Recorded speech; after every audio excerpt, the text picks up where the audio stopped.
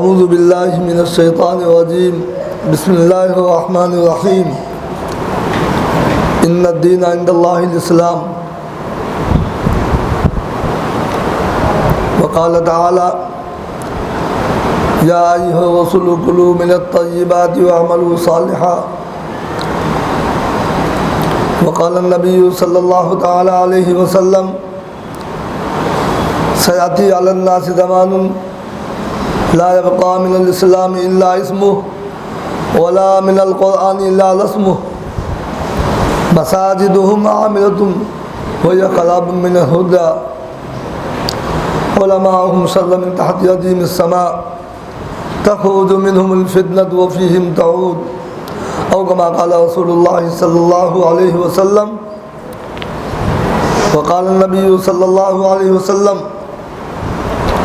بادئوا بالأعمال فستكون فتن عظيم كقطع الليل المظلم يصبح الرجل مؤمنا ويمسي كافرا ويصبح مؤمنا ويمسي مؤمنا ويصبح كافرا يبيع دينه بعرض من الدنيا وقال رسول الله صلى الله عليه وسلم ان العلماء ورثة الانبیاء وان الانبیاء لم يورثوا دینارا ولا درہما وانما ورثوا العلم فمن اخذه اخذ بحظ وافر وقال النبي صلى الله عليه وسلم كلكم راع وكلكم مسؤول عن رعيته صدق اللہ العظیم۔ بزرگوں، دوستوں اور ائمہ مساجد، علماء، ایک بے بڑی جماعت جن کو میں دیکھ رہا ہوں، وذالک فضل اللہ یؤتیہ من یشاء، اللہ کا فضل ہے کہ اللہ نے ہم کو دین کی ایک آواز پر جو وقتی دینی بحران کی فضا پھیلی ہے اور اس کے تقاضے ہیں سامنے آئے، تو آپ حضرات نے صحابہ کی اس صفت کو اپناتے ہوئے کلما سمع حیرۃ طار الیہا،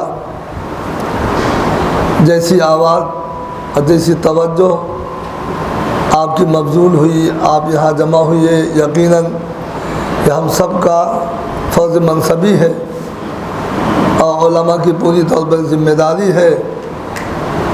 کلکم راع وکلکم مسئول عن رعیتہ کی تفصیل آپ سب جانتے ہیں۔ ہر شخص کی ذمہ داری اتنی وسیع ہے، جس درجے حلقہ وسیع ہے، جس درجے اپنی بات کو اپنی تعین، اپنے اللہ کی دی ہوئی وجاہت، اللہ کی دی ہوئی عظمت اور مقبولیت کے تحت وہ اپنی بات کو اپنی تعین، اپنی جد و جہد سے انتر کوششوں سے پہنچا سکے، اس میں بغیر کسی کوتاہی کے وہ پہنچائے، تبھی وہ اپنی ذمہ داریوں سے عہدہ برا ہو سکتا ہے۔ یہ حدیث اپنے مفہوم میں بہت وسیع ہے۔ آپ سب جانتے ہیں کہ ہر ایک کا حلقہ اس کے انداز کا ہوتا ہے، ایک ذمہ دار ماں باپ کا حلقہ اس کے تئیں ہوتا ہے، ایک امام کا حلقہ اس کے تئیں ہوتا ہے، جامع مسجد کے امام کا حلقہ اس کے تئیں ہوتا ہے، شیخ القاضی کا حلقہ اس کے انداز سے ہوتا ہے۔ بہرحال اللہ تبارک تعالیٰ نے جو علمی دولت سے، ذمہ داریوں سے اور اس وجاہت سے، مقبولیت سے ہم سب کو نوازا ہے، یہ وقت کی ذمہ داری یا پکار ہے کہ ہم اس آواز میں اپنے آپ کو شریک کریں۔ اس دینی بحران جو پھیلا ہوا ہے، اپنی انتھک کوششوں کو ہم اس میں صرف کریں، ورنہ خدا نخواستہ اس سے ہمارا سوال ہوگا۔ محترمہ، یہ بیٹیاں اور بہنیں جو جمع ہیں، میں ان کو بھی مخاطب کر رہا ہوں اور اپنے اندر یہ خوشی محسوس کر رہا ہوں کہ وہ ابنائے قدیم ثاقبی کی جو باتیں کچھ آواز میں سنتا تھا، اور مولوی عارف عزیزاً مولوی عارف ثاقبی نے اپنے طور پر کوشش کی، کچھ چاہتے ہیں۔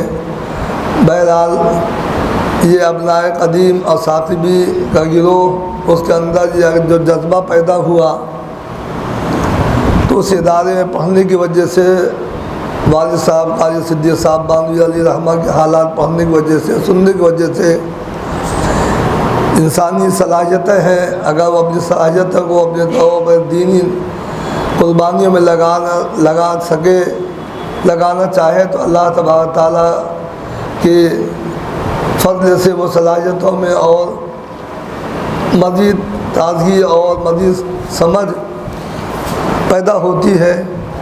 اور یہ دیکھا گیا ہے کہ ہر ادارے کے کچھ نہج ہیں، اور ادارے کے بانیوں کا، ذمہ داروں کا ہر طالب علم پر ایسا اثر پڑتا ہے جس طریقے سے ماں باپ کا اثر بیٹوں پہ پڑتا ہے۔ ادارے تمام ہی مقبول ہیں، ہر ایک ادارہ دین کا خادم ہے، لیکن بانی کا اثر ہر طالب علم پر پڑتا ہے، اور بانی کا اخلاص اور اس کی روحانی نسبتیں ہر پڑھنے والے پر منتقل ہوتی ہیں۔ یہ بہت ایسی بات ہے جو بالکل مسلم ہے اہل علم کے نزدیک، علمی حلقوں میں نزدیک۔ اداروں کا جو کی خصوصیت ہے، ہم اس کو بالکل اپنی طرح اس کا مظاہرہ بھی کرتے ہیں۔ اکابرین کا، اداروں کے قائم کرنے والوں کا، ذمہ داروں کا جو طریقہ اور نہج ہوتا ہے، جو اخلاص ہوتا ہے، وہ بالکل جھلکتے آتا ہے۔ ابھی آپ کے سامنے قاضی صدیق صاحب کا جو ذکر آیا، اور مولانا بشیر صاحب نے جو بھی وہ بھی ثاقبی ہیں، انہوں نے اس قریب سے دیکھا بھی ہے۔ اور یہ دیکھنے کی بات تو یہ ہے کہ الناس معادن کمعادن الذهب والفضة، لوگوں کے اندر صلاحیتیں ہوتی ہیں، جب آدمی اپنی صلاحیتوں کی جدہ پھیرتا ہے، ویسی اللہ تبارک تعالیٰ رہنمائی فرماتے ہیں۔ صلاحیتیں سب کے اندر ہوتی ہیں۔ والد صاحب علی رحمہ کا معاملہ یہ ہے ان کی قربانیوں کا، کہ وہ ایک بڑے درجے کے مدرس بنا کے رکھے گئے تھے۔ قاضی عبدالوہاب صاحب مدرسہ فرقانیہ کا جو ذکر آیا، اس کے ذمہ دار و بانی ہوتے تھے۔ وہ مراد آباد گئے، مراد آباد وہ آخری سال تھا والد صاحب کے فارغ ہونے کا۔ پہلے مدارس میں تمام علوم و فنون ایک جا جمع نہیں ہوتے تھے، ہر علم فن کا ماہر علیحدہ علیحدہ جگہوں پہ رہتا تھا، یہ شکلیں نہیں تھیں، یہ آسانیاں نہیں تھیں۔ تو فراغت کے بعد وہ مراد آباد میں آئے تھے علوم و فنون سے تکمیل کرنے، اور جب وہ فارغ ہو چکے، اس کے قریب قاضی عبدالوہاب صاحب پہنچے۔ مجھے ایسا ماہر، حاذق، علمی ذی استعداد و صلاحیت والا آدمی چاہیے جو مدرسے کی پوری طرح سے علمی فوقیت رکھ کے مدرسے کی علمی نگہبانی کرے اور بڑی کتابیں پڑھائے اور میری مدد کرے۔ لوگوں نے اشارہ کیا کہ یہ صدیق بانوی یہ بہت لائق فائق ہیں، یہ اگر مل جائے آپ کو۔ بہرحال کیسے کیسے بڑا دور کا واسطہ رہتا تھا، تو وہاں سے گونڈا لائے گئے، اور اپنی علمی فضل کمال میں اپنے دھن میں وہ اقتائے وقت تھے، اپنے دھن میں وہ ایکتا ان کو اللہ کی طرف سے معاملہ ہوتا ہے، اللہ جس سے چاہے کام لے لے۔ تو اتنی جافشانی سے انہوں نے پڑھایا، جی استعداد تھے، اور ایسا اخلاق برتا، اتنا ماحول بنایا، اتنی مقبولیت حاصل کر لی 6 مہینے میں، کہ جب مدرسہ قائم ہوا تو وہاں کے لوگوں نے کہا نہیں ہم وہاں پڑھائیں گے۔ حالانکہ ہتھوڑا مدرسے میں راستہ نہیں تھا، باندھا جانے کا کوئی راستہ نہیں ہوتا تھا، یہ تو وقتی بات ہے۔ یہ ہوا کیوں؟ تو انہوں نے آواز سنی، بارہا فرمایا کہ میں تو یہاں بخاری پڑھا رہا ہوں، مقبول ہوں، صدر مدرس ہوں، یہ ہوں وہ ہوں، لیکن 12 ضلع میں ارتداد کی جو خبر آئی ہے، کل اللہ تبارک تعالیٰ نے پوچھ لیا، یا اب یہ جملہ ہم سب کو مخاطب کرنے والا ہے، یہ جملہ تو اللہ نے پوچھ لیا کہ میرا دین تیرے علاقے میں مٹ رہا تھا، تو بخاری پڑھانے میں لگا تھا، میں کل کیا جواب دوں گا؟ اللہ تبارک تعالیٰ جب دین کا کام کسی سے لیتے ہیں تو اس کے تحت کچھ زندگی اور داستان ہوتی ہے، کیا ضرورت تھی؟ آج ہم آپ ہوتے تو کہتے نہیں بھائی یہ جگہ کیسے بدلیں، جیسی امامت ہے، مقبولیت ہے، ایک حلقہ ہے، ایک محنت ہے، اور سپتاہ صاحب بھگت ہے، ٹائم ٹیبل ہے، بس بڑھیا ٹھیک ہے، اللہ تعالیٰ جو لے رہا ہے اس کو کیوں ٹھکرائیں؟ ایسی اچھی امامت، اچھی تنخواہ اور آسانیاں چھوڑ کے جب کوئی دین کی آواز پر اور ضرورتوں پر، جیسے صحابہ نے دین کی آواز پر اور دین کی ضرورتوں پر اپنے گھروں کو خیر بات کہہ دیا، وطن کو خیر بات کہہ دیا، کلما سمع حیۃ تعالی الیہا، جب بھی کہیں دینی ضرورتوں کا ان کو خبر ملتی وہاں فوراً اڑ کے پہنچ جاتے تھے۔ وہ نہج، وہ طریقہ علماء کے اندر جب تک نہ ہوگا تو اللہ تبارک تعالیٰ نے اتنی بڑی صلاحیتوں سے، گوناگون صلاحیتوں سے نوازا ہے کہ ہم سب نے 10 سال پورے کیے، اور گویا کہ اپنے طالب علم کے زمانے میں ہم نے اس کا بیڑا اٹھایا، اپنے اساتذہ سے عہد لیا، ہم نے اپنے ادارے کا یہ پیغام منظور کیا، قبول کیا کہ نہیں، ہم نے اسی لیے آپ سب کی محنت اپنے طرف مبذول کی ہے، آپ نے بنایا، جائیں گے دین کی جہاں آباد ہوگی، چاہے گلیوں میں ہو، چوکوں میں ہو، کوچوں میں ہو، کہیں جگہ موافق جگہ ہو، نامعارف جگہ ہو، ہم انشاءاللہ اپنے آپ کو قربان کر دیں گے۔ یہ گویا کہ ہم نے بزبان حال ہمارا عہد و پیمان ہمارے اکابرین سے اور دین کے علمبرداروں سے ہے۔ جب تک یہ طریقہ، یہ ذہن نہیں بنتا، اس درجے قربانی اپنے اندر نہیں آتی، آمادگی نہیں آتی، اللہ تبارک تعالیٰ کام نہیں لیتے۔ پہلے تو ہم اس جملے پر غور کریں کہ والد صاحب نے کہا کہ ٹھیک ہے، اب کہاں اتنی مقبولیت، ساری آسانیاں چھوڑ کے آ رہے ہیں دین کی آواز پر، کہاں وہ پورے بڑا خطہ جس میں پارٹیشن کے وقت میں اہل شعور، اہل علم نکل گئے تھے اور پاکستان چلے گئے تھے، قسمہ پوسی کا عالم تھا، مایوسی کا عالم تھا، ہر کہے اب کیا ضرورت ہے، اب جا رہے ہیں، سب بڑے بڑے محلات اور چھوڑ کے وہاں چلے گئے۔ یہ سوجھ بوجھ کے لوگوں کا، متمول لوگوں کا یہ حال تھا۔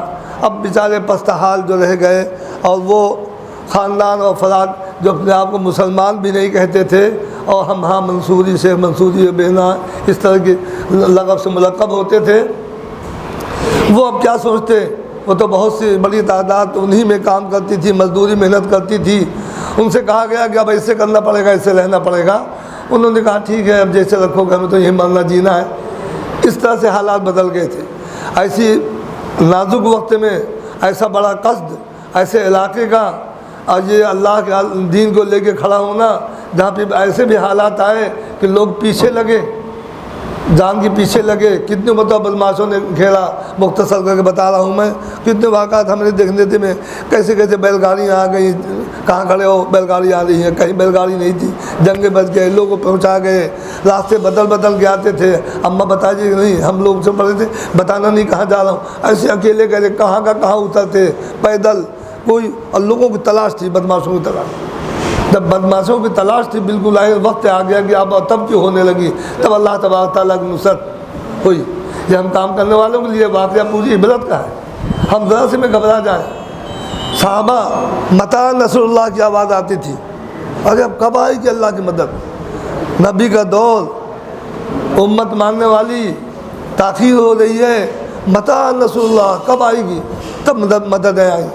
اکابرین کی زندگی میں یہی جھلک ہوتی ہے، ہر نہج دین کے کام کرنے والوں میں یہی ہمیں آج کل سے استقبال ہو جاتا ہے، آج آئے پرسوں سے استقبال شروع ہو جائے۔ جب وہ وقت آیا، جب کہ جان کی آن بان کی پر پڑی، تب وہ واقعہ پیش آیا کہ پھر اترے، پھر 4 بدماشوں نے گھیر لیا، کیا ہے کیا مدرسے کے پیسے ہیں، کہا دے دو، کہا میرے پاس مدرسے کے پیسے ہیں، تو دیا نہیں ہمارا بھائی۔ اس جملے سے مولانا بشیر، اس جملے پر غور کیجئے، آدمی جس درجے چاہے اپنے اندر کوشش کرے امانت دانت کی قائم رکھنے کی، ایک تو شکل تھی کہ اٹھا کے پیسے دے دیتے، ایک شکل یہ کہ پیسے گرا دیے، جب گرا دیے تو اللہ کی مدد آئی، جھک گئے، جھکے ہی رہ گئے۔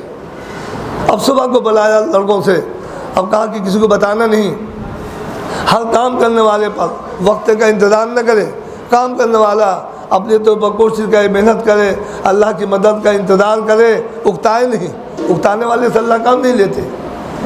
اگر تھک جانا ہوتا تو حضرت انبیاء علیہ السلام تھک گئے ہوتے، حضرت نوح علیہ السلام نے 900 برس میں کب کو اکتا کے چھوڑ دیے ہوتے۔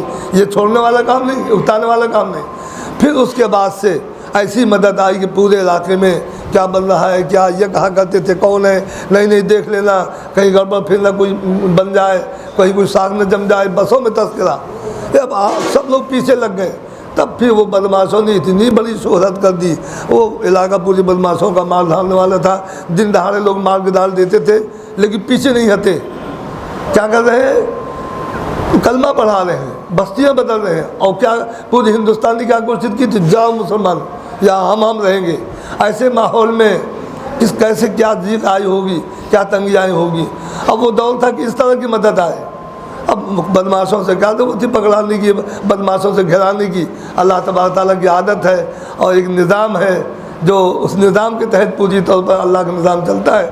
تو اس بدماشوں سے کہا کہ بھائی کسی کو بتانا نہیں، جاؤ کسی کو ستانا نہیں۔ وہ جب مدرسے میں داخل ہوئے تو گیٹ ہی سے سجدہ کرنے لگے، کر کے جا رہے تھے کہ سختی کی انتہا ہو گئی، قبول کر لیا۔ دوڑ کے والد صاحب آئے، کہا کہ جب کوئی بتانے نہیں کسی، اب وہ کہے کو، اب جتنے ساتھی سنگاتی بدماشی تھے ان کو انہوں نے اطلاع کی کہ اگر آج واٹس ایپ کا وقت ہوتا تب بھی اسے اطلاع نہ ہوتی، اور اس اطلاع میں اتنی طاقت نہ ہوتی۔ خبردار کبھی ہمت نہ کرنا، یہ وہ جی۔ اب اس طریقے سے پھر ندوہ جو آپ نے کبھی سنا ہوگا، وہ بھی آگے اس نے تعویذ دیا، وہ بھی سرنگوں ہوا۔ جب اتنی محنت ہوتی ہے، آدمی سے جو ہو سکے اور کل پڑے، اور پوری طرح سے امانت دیانت کو، اپنی علمی صلاحیتوں کو دین کے واسطے خرچ کرے، تو اللہ کی مددیں ہوتی ہیں، راستے کھلتے ہیں۔ تو وہاں ابنائے قدیم کے لیے ان کی زندگی اور بزرگوں کی یہ کافی ہے۔ اور اس میں جو مولانا نے فرمایا جس کے حلال، حضرت خواجہ بختیاری کاکی رحمۃ اللہ علیہ کے واقعات آپ نے سنا ہوگا، بڑے پائے کے بزرگ تھے۔ ان کے والدہ نے جس کے حلال کا انتظام کیا تھا، جس کا حلال لازم ہے، جزء لا ينفك ہے، کوئی بھی دین کا کام، کوئی بھی چیز، کوئی بھی نیکی، کوئی سمجھ، کوئی دین کی سوجھ بوجھ آ ہی نہیں سکتی اگر جس کا حرام ہے، اس کی طرف بالکل توجہ دلانا ہے۔ امام بخاری جو ہم سب کے پیشوا مقتدی، امام خواجہ معین الدین چشتی، امام شافعی، ان کی والدوں کی حکایت میں آتی ہے بات کی، بغیر وضو دودھ نہیں پلایا، بغیر وضو نہیں۔ جب اس طرح تقویٰ ہو، اپنے جس کے حلال کے انتظام ہو، جس کو کہا جاتا ہے اے رسولوں کی جماعت، قرآن کہتا ہے تم ہو رسول ٹھیک ہے، لیکن اعملوا صالحا تب ہوگا جب کلوا من الطیبات ہوگا۔ جو پڑھے لکھے یا جو رسول کلوا من الطیبات وعملوا صالحا، وہ عملوں سے عطف کیا جا رہا ہے، عطف کیا جا رہا ہے، معطوف علیہ ہے۔ اے رسولو کلوا من الطیبات کہو جب تم وعملوا صالحا کر پاؤ گے۔ موقوف علیہ موقوف کا ہوتا ہے، تو اس لیے جس کے حلال پہ توجہ، یہ وقتی بحران ہے، اس پہ ہم کو توجہ دلانا ہے۔ اور وہ تمام طریقے جو اس وقت نازک دور میں کام کرنے کے ہم سب کے ذہن میں ہیں، علماء ہیں، سب سوجھ بوجھ رکھتے ہیں، پر دل میں لینے کی بات ہے۔ خدا تجھے کسی طوفان سے آشنا کر دے کہ تیرے بحر کے موجوں میں اضطراب نہیں۔ خدا کا اپنا قدیم نے جو بیڑا اٹھایا ہے اور یہ مجلس ملابت کی ہے، اللہ تبارک تعالیٰ ان سے کام لے اور ان کے تمام اس لائن میں معین مددگار بنائے۔ اور اخلاص شرط ہے، اخلاص کے ساتھ جو کام ہوگا بزرگوں دوستوں انشاءاللہ کامیاب ہوگا۔ اخلاص کا دامن کسی پہلو پہ نہ چھوڑے، اللہ کے بعد ان للہ مخلصا لہ الدین۔ اللہ تبارک تعالیٰ اس بزم کو کامیاب فرمائے، اور تمام خواتین جو جمع ہیں اللہ ان کو وقت کا داعی بنائے، وقت کا سپاہی بنائے، ان سے خیر کی بات کہلائے، خیر کا طریقے رائج کرائے، اور ہم سب کو اپنے فریضے کا انجام دینے کی کوشش عطا فرمائے۔ اے اللہ تیری ذات غیور ہے، تیرا دین غیور ہے۔ اے اللہ ہم عاجز ہیں، ناتواں ہیں، بے بس ہیں۔ اللہ تو نے توفیق عطا فرمائی۔ اے اللہ تیرے دین کے واسطے ہم نے عزم کیا، تیرے دین کے پھیلانے کی، تیرے رسول کے طریقے کی رواج دینے کی۔ یا اللہ اپنے فضل سے ہمارے اس کام کو پائے تکمیل تک پہنچا، ان مجالس کو، اس مجلس کو بے حد کامیاب بنا۔ اے اللہ ہر ایک کے دل میں اس کا طریقہ، اس کا نہج، اس کا حوصلہ اور جذبہ ہر ہماری بیٹیوں کو، ماؤں کو، بہنوں میں بیٹھا دے۔ اللہ کلکم رائن و کلکم مسئول، اور یہی کی ذمہ داری پوری کرنے کا ہمیں توفیق عطا فرما۔ حاضر مجلس سے تمام جائز مقاصدوں کو پورا فرما، اس بزم کو اے اللہ اس عزم کو قبول فرما، اچھے مخلصین محبین معاونین عطا فرما۔ ساری محنتوں کاوشوں کا ہم سب کے لیے اور ان سب کے لیے بہترین صدقہ جاریہ بنا، بہترین صدقہ جاریہ بنا، قبل حشر کا سامان بنا، قبل حشر میں آسانی کا ذریعہ بنا، قبول فرما۔ ربنا تقبل منا انک انت السمیع العلیم وتب علینا انک انت التواب الرحیم، وصلی اللہ تعالی علی خیر خلقہ محمد وآلہ وصحبہ اجمعین برحمتک یا ارحم الراحمین۔